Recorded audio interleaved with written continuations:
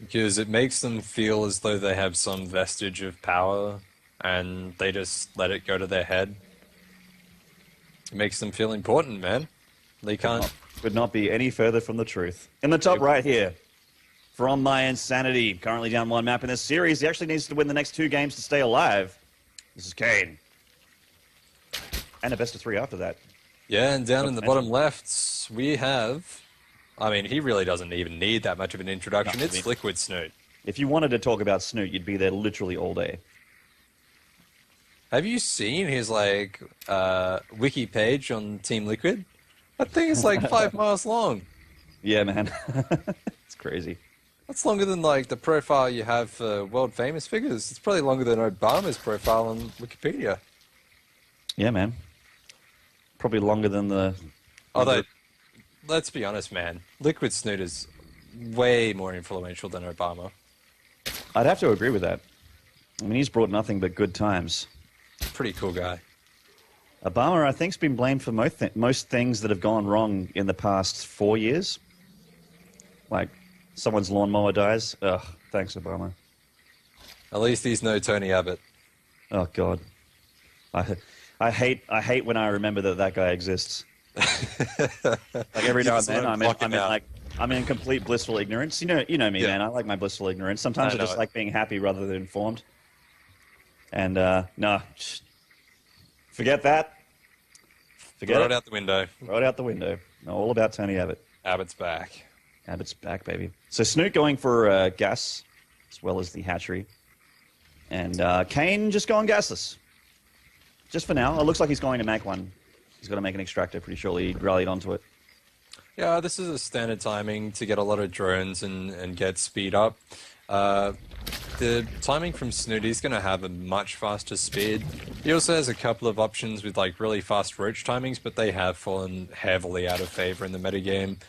So it comes down to what he wants to do. Has he seen something that's exploitable in Kane's play? I don't know. We have to wait and see.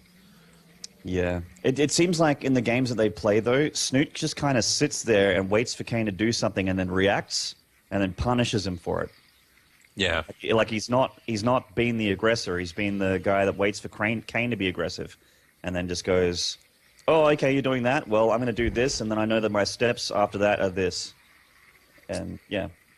And there's always going to be exceptions to the rule, but in Starcraft, most generally, the attacker has the advantage. There's no real defender's advantage in this game. So if you are attacking, you've got the map control. You've got the ability to do so much more than what your opponent can if they're simply defending. And Snute uses that to full advantage. And it's actually something, or the exact same concept plays out in a match like TVT, where the attacker has the constant advantage. If you defend a massive attack in this matchup or in TVT, then you can be on the aggression or be the aggressor and go on the attack, and then you might be able to get the advantage. But you can't win unless you're attacking. That's right. So Kane's gotten the 100 gas here, waiting to spend his money just to see what he wants to do with it, because he pulled the drones out of gas after he got that 100 gas. I don't want to say he's forgotten speed, but I'm kind of just waiting to see what he does with this gas here. I think he was just edging out a couple more drones. Yeah, he's just making rounds more drones and being really economical. Okay. So he's not wanting to spend the 100 minerals just on that yet, but he will get that fairly soon, I think. Yeah, for sure. It's a bit of an oversight if you don't do that, and I think Kane's a little bit of a better play than that. Speed finishing for Snute, however. Speaking of just saying that Snute never regresses, forget it. I've been wrong before, I'll be wrong again. Probably before the end of this game. Two queens knocking up the ramp. They have locked it down tight. Spinecrawler's also gone down for Kane, so he knows all about this. The Overlord saw everything. Yeah, he's perfectly poised to defend this. And it's really nice that he goes for the spine crawlers and delays his speed, because this will... Oh, he's going to be able to get one of the... Oh my god, that queen survived on literally 5 HP, cancels the spines, gets his money back. Kane should actually have a huge lead right now. Yeah, man, that was actually a sick hold from Kane, and he's going to spend that 100 gas on a lair.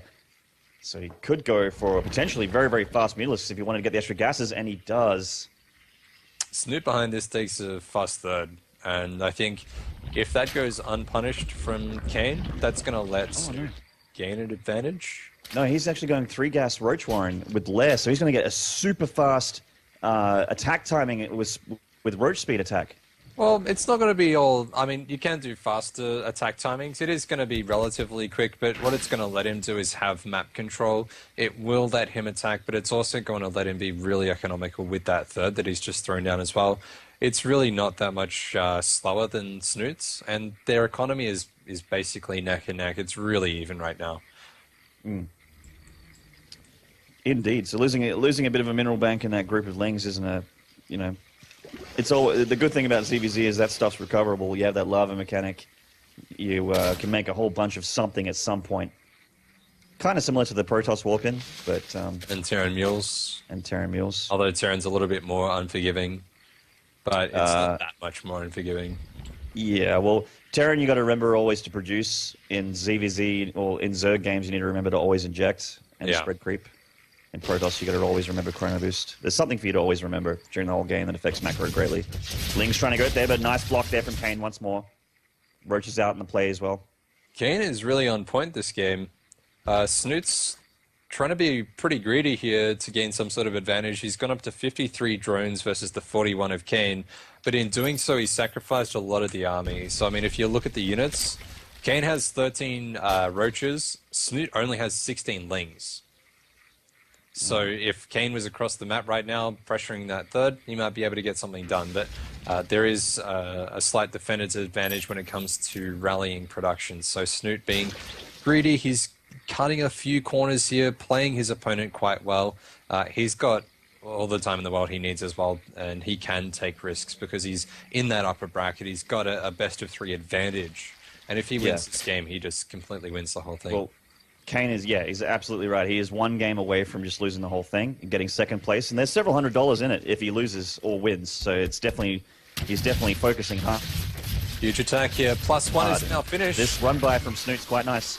Yeah, it is indeed. +1 just finishing now for Snoot. Oh, God. The Roaches of Kane are powering through. +1 still not done. Counter-attack into the third by Snute. Really nice as well. But will Snute have enough to hold at the front? He just doesn't have the up. He actually did just have +1 finish there as well, so they are even on upgrades. Yeah. But where are his units? Kane pushing through. They're just hatching now. 6 roaches coming out of these hatcheries. 12 lings on the way. I think with the drone pool, he might just have enough here now that the upgrades are similar and nearly has roach speed. He got that third hatchery behind us as well. If Snute cleans this up. Oh my God. He killed that third. That was absolutely awesome. That was all the damage that he needed. And now he's able to deflect Kane. If Kane cannot win here, he loses. Yeah, he has to win with these roaches and they're starting to dwindle death. The micro just wasn't quite on point either. Kane losing a lot of those hurt ones in front instead of them microing them back. But Snoot's economy is just so much better. He's 11 drones ahead. He's 1 base up. They're both equal on the upgrades, which means that because of the defender's advantage and because of the macro that Snute has, he's way in the lead right now. And the longer the game goes on, the bigger that lead is going to become.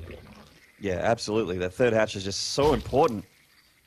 Oh, God. Kane coming in for another attack. He wants a spot here. He's just looking for any opening and get. Snoot's not giving it to him. GG! GG, he knows. Omega! And Snute knows. Snute wins the whole tournament. He takes out $500 and a bucket load of points towards further championships later in the year in this league. That's right. It is the Oceanic StarCraft 2 Championship. Runs all year round. This is one of the very first events of the year. So hats off to Snute. He played incredibly well. I don't think anyone's going to argue that the better player today won. Absolutely. He's incredible at ZVZ. He's incredible at every matchup. We saw him play ZVT against Igus as well, and Igus is no slouch. So really well played by Snute, getting himself $500. Kane gets himself $200. Guz goes home with $125.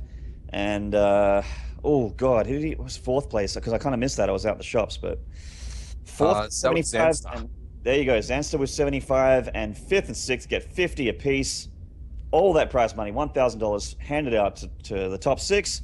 And, of course, those wonderful OSC points going towards the final, which is generally a few $1,000s, and it's been getting bigger every year, so might even compound onto that. So that'll be pretty interesting.